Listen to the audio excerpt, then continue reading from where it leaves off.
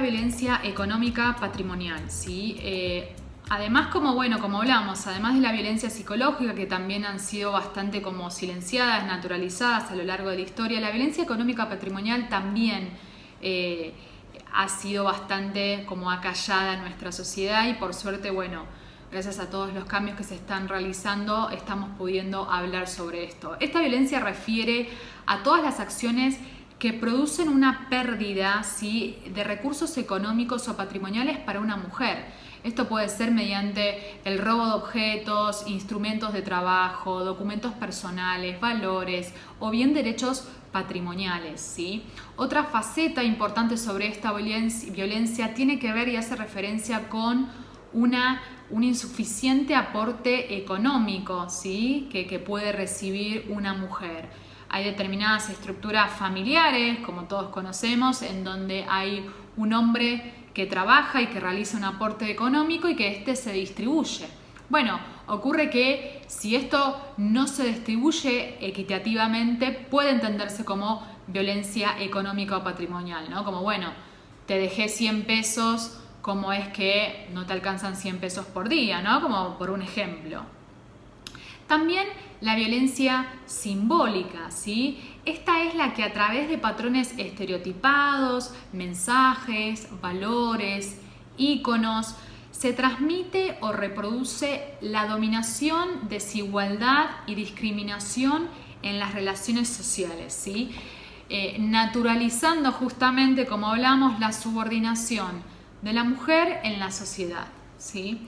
De esto hay muchísimos ejemplos, ¿no? Como me parece que todos, si hacemos memoria, podemos recordar o bien programas en televisión, la industria de la moda también tiene mucho como aportar, estrategias de venta, de marketing. Es decir, existen como muchos ejemplos de la violencia simbólica en nuestros tiempos, ¿sí? Les quiero contar también sobre lo que son las modalidades, ¿sí?, de la violencia, es decir, a los tipos de violencia que conversamos recién, existen distintas formas en que se manifiesta. Hay veces que sirve como pensarlo como, los contextos en donde se manifiesta estos tipos de violencia que les conté antes, ¿sí? Entonces, las formas, lo que nos hablan justamente las modalidades, lo que nos hablan es justamente cómo se presentan en nuestro tejido social, ¿sí?, en nuestra cultura y sociedad en particular. La primera modalidad, ¿sí?, de la violencia contra las mujeres tiene que ver con la violencia doméstica contra la mujer, ¿sí? Esta es aquella ejercida contra las mujeres, ¿sí?, por un integrante del grupo familiar, ¿sí? Entonces, lo importante a aclarar sobre esto es que la noción de grupo familiar, ¿sí?, el grupo familiar no refiere a la noción de parentesco o consanguinidad, ¿sí? Es como más extensa, ¿no? Pueden ser como los matrimonios, las uniones, parejas, noviazgos, o sea, no es requisito la convivencia ni tampoco la consanguinidad para estar hablando de violencia doméstica contra la mujer, ¿sí? Es decir, independientemente incluso del espacio físico donde esto ocurra, ¿sí?, mientras que dañe la dignidad, el bienestar, la integridad física, psicológica, sexual, económica, patrimonial de una determinada mujer, ¿sí? Por otra parte, otra modalidad es la violencia institucional, ¿sí? Esta es bastante también como frecuente, un poco de esto lo encontramos en varios casos de femicidios, ¿no? Como es aquella realizada justamente por los funcionarios, profesionales, personal, agentes, que pertenezca a cualquier organismo, ¿sí?, ente o institución pública que busca como retardar, ¿sí?, obstaculizar o bien impedir que una mujer pueda y tenga acceso a políticas públicas, ¿sí?, y a ejercer sus derechos previstos, ¿sí?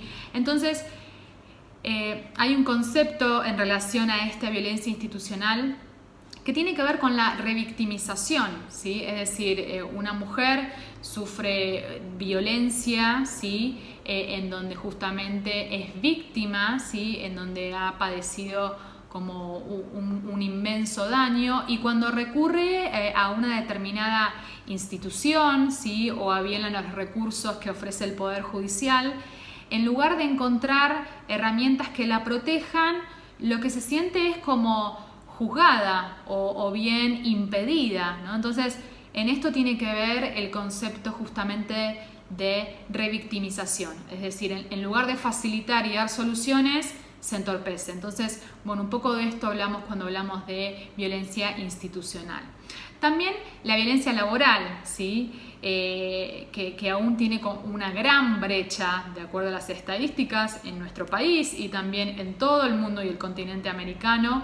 Es aquella que refiere y que discrimina a las mujeres en los ámbitos de trabajo, públicos o privados, y que obstaculiza también su acceso al empleo, ¿sí? Contratación, ascenso, estabilidad, permanencia en el mismo, exigiendo requisitos sobre el estado civil, maternidad, edad, apariencia física. Constituye también una violencia contra las mujeres en el ámbito laboral, quebrantar el derecho de igual remuneración por misma tarea o función, ¿sí? Hay mucho de esto, creo que puede ser, ¿no? Que uno haya vivido, que en alguna entrevista esta pregunta de, bueno, ¿no? Como si estás casada o no, cuántos hijos tenés y cómo vas a manejarte con tus hijos. Bueno, lamentablemente la violencia laboral aún tiene como un gran recorrido por delante. La violencia contra la libertad reproductiva es aquella justamente en el que se vulnera el derecho de las mujeres a decidir libre y responsablemente el número de embarazos o el intervalo entre los nacimientos que desee tener. Hay una gran batalla ganada en relación a esto que tiene que ver con la sanción de la ley de aborto legal, seguro y gratuito el pasado diciembre del año pasado, y justamente esto lo que apunta es a la no decisión de ningún tercero por sobre el cuerpo de la mujer, ¿sí? Como devolver esta decisión absolutamente singular y autónoma a las mujeres, ¿sí? Otra modalidad de la violencia contra las mujeres es la violencia mediática, ¿sí? Esto tiene que ver y está en sintonía con lo que hablábamos antes sobre la violencia simbólica, ¿sí? Tiene que ver con toda la publicación o difusión de mensajes e imágenes estereotipadas a través de cualquier medio masivo de comunicación, de manera directa o indirecta, que promueve justamente la explotación de mujeres, ¿sí? O sus imágenes las injurie, las discrimine, las difame, ¿sí? Así como también la utilización de mujeres o mensajes en imágenes pornográficas.